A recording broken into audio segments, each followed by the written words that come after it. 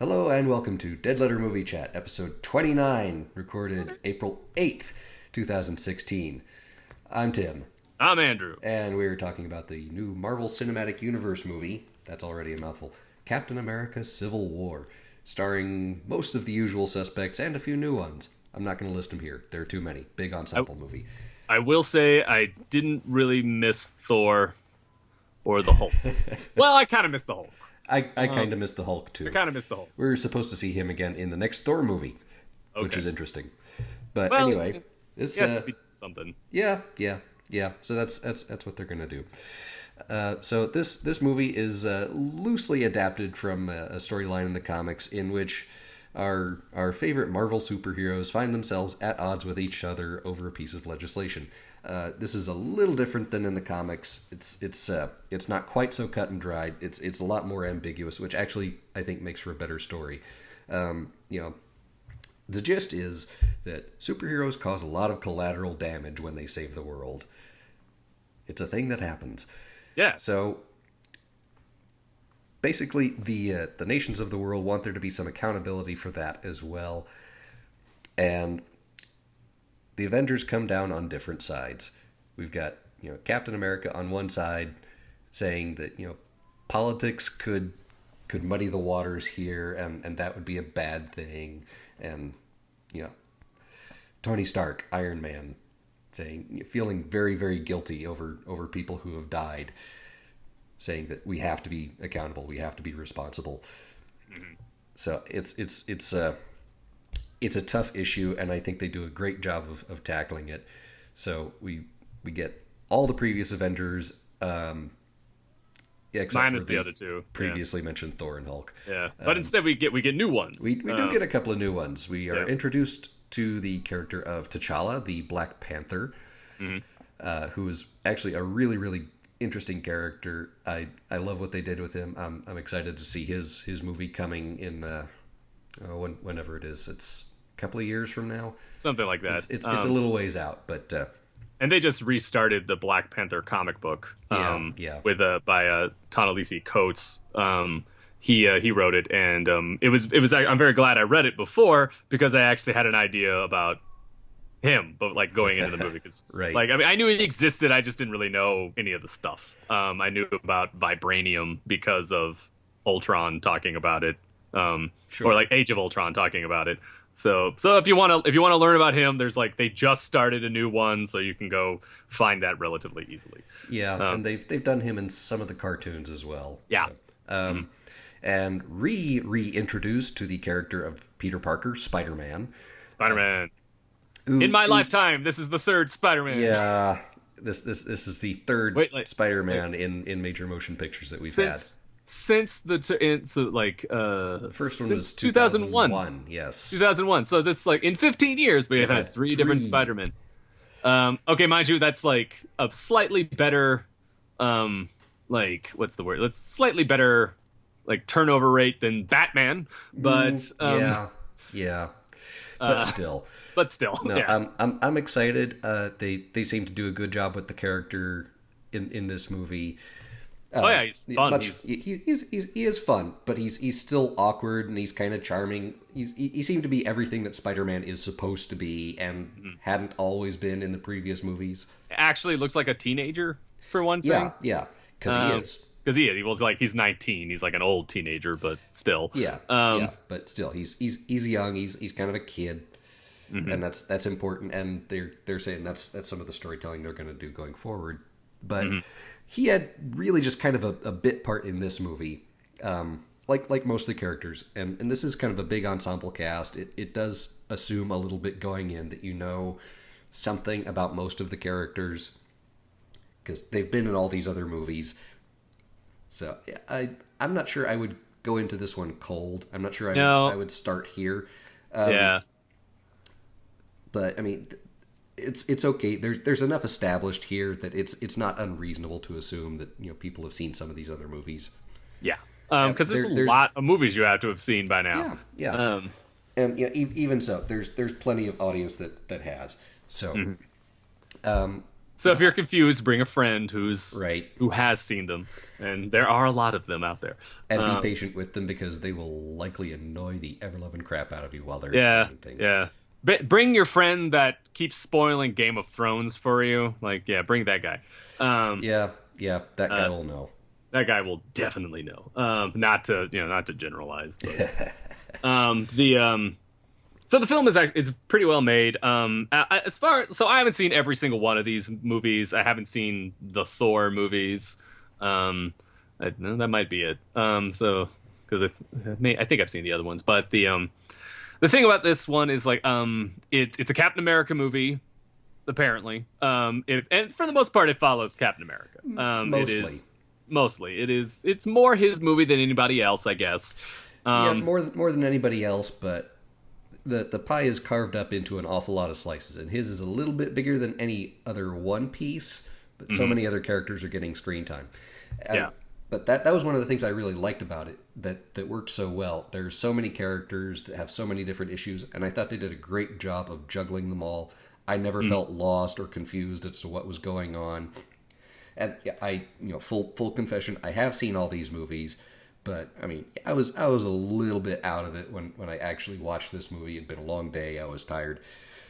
Yeah, and I go to the theater and I sit down. But no, I thought it was very cohesive. At the same time that it was messy, and we talked about this earlier. You were saying how it was messy and how you liked that.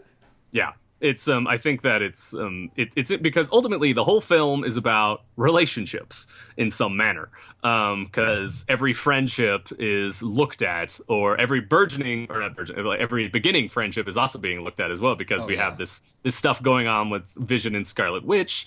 We have even Clint and Natalia have like their little moment as well. I mean, like there's all this talk about how we all interact with each other, like how they all interact with each other and how they interact with the world. And I think that's very interesting, but it's also super messy. But the thing that makes it great is the fact that it is super messy. The ways in which this movie is messy are very, very believable and totally relatable. Yeah, which is hilarious for a superhero movie, which is like, these are the people that you're the least likely going to ever possibly relate to ever in your life. But it still works, and that's pretty cool. And that's kind of what Marvel has always been about, is, taking those kind of human stories and telling them with superheroes so that people can relate to them.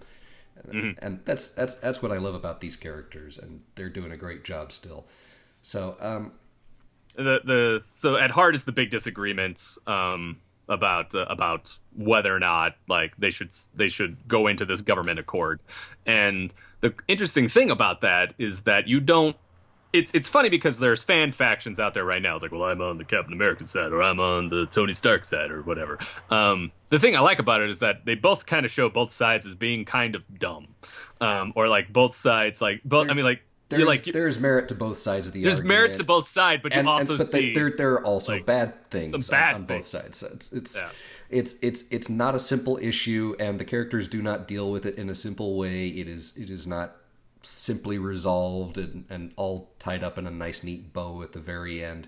There are parts of the ending that I thought were a little too neat, without going into too many spoilers here. Yeah, we won't go into too many spoilers there. I will say that there's kind of two villains in this movie. There is our actual villain, who is an actual person who is, making the problems.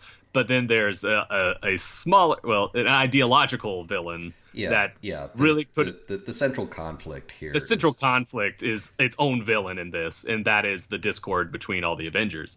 And a part of me wishes that could be made more. Like, I wish they could have gone a step further. I understand why they didn't, because I get like they have this whole universe thing going on. I mean, I understand, and I don't want to get really spoilery, so I'm not gonna like delve into any things of what I thought they could have done that would have been better or anything like that. But I will say that because of the fact that they're doing this universe thing, they're kind of hurting themselves and being able to take that extra step. Yeah, their hands are a little bit tied there. Yeah, they can't make things mean more. They can't go that extra step and have the emotional and dramatic, like, awesomeness that it could have because there's this thing that they're doing. And I get that. I understand. And I think for the most part they're doing a pretty good job. I'm happy with the work on the whole.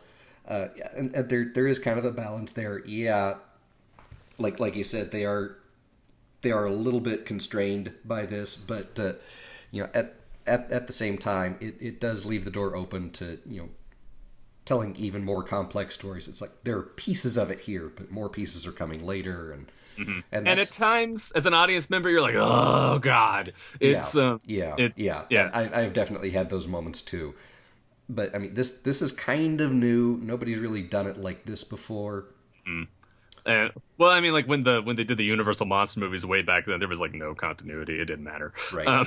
So even from one movie to the next featuring the same character. Yeah, but that was also back in the day when you didn't have like home video, so it's not like you could research. And I mean, like that was the 30s. I mean, like it's not like you're going to be able to like, oh, I'm going to go home and I'm going to watch Frankenstein Meets the Wolfman and see if I make sure I understand everything that's going to happen in House of Dracula or whatever. Yeah, it doesn't really make sense.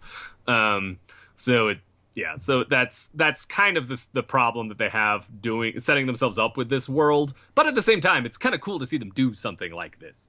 So it'll be interesting to see what other people do, having learned from that lesson what to do in the future. Whoever that ends up being, whatever Universal ends up doing with their Mummy movies and whatever, we'll see what happens. So like that's kind of the thing that hurts the movie the most, is that because it's part of this universe, it feels like it can't go very far. Basically, like every punch is pulled, and it's kind of been like that since Ultron. At least since Ultron, if not since the first Avengers movie. Every punch seems pulled, and there's even like a moment where Scarlet Witch says to Clint while he's fighting Natalia, "This is not a surprising thing. This is in the trailer. I'm not ruining anything for you." But there like comes a moment when Scarlet Witch says, "You're pulling your punches," and that is like almost. That is like the theme of the whole movie. And you get it because these people are friends. They don't want to really fight each other. But as an audience member, I want them to go to that next level. I want them to, I mean, maybe not Clint and Natalia, but I want them, I want Tony and Steve to get to that next spot. I want them to really hate each other a little bit, but I don't really want them to hate each other at the same time. So it's kind of complicated and it's messy, but it's a good kind of messy. And so that's why I say, I don't necessarily need them to go that extra yard where, Steve and Tony, super, super hate each other and are out to kill each other for the next 6 movies or something. But I still wish they could go the extra step. Yeah. And I get that. I'm not sure I agree completely, but, Anyway, there it is. I'm going to give it an A-. I mean, there were some detractors, but I don't think anything really dragged it down. It was 2.5 hours long, but I never felt it dragging. I was in the movie the whole time. I was never bored. No, never bored. I was right there. Yeah. And I get tired of fighting. I get really after maybe the last fight, I was like, okay, this could speed up a little. But I mean, that wasn't that bad. So that kind of means something. So originally I was gonna give it a B, because I felt like all the Marvel Universe stuff was really detracting from it. But now, the more I think about it, the more I enjoyed the movie. I had a lot of fun. I laughed way more than I thought I would. So I'm probably gonna give it a B+, I think.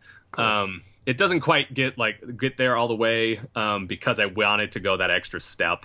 I feel like that there's something more interesting that could be had, and maybe they'll get there in later movies. But I feel like this, even if they do get there in later movies, this is going to be the movie that people go back on. And this is where they should have done that.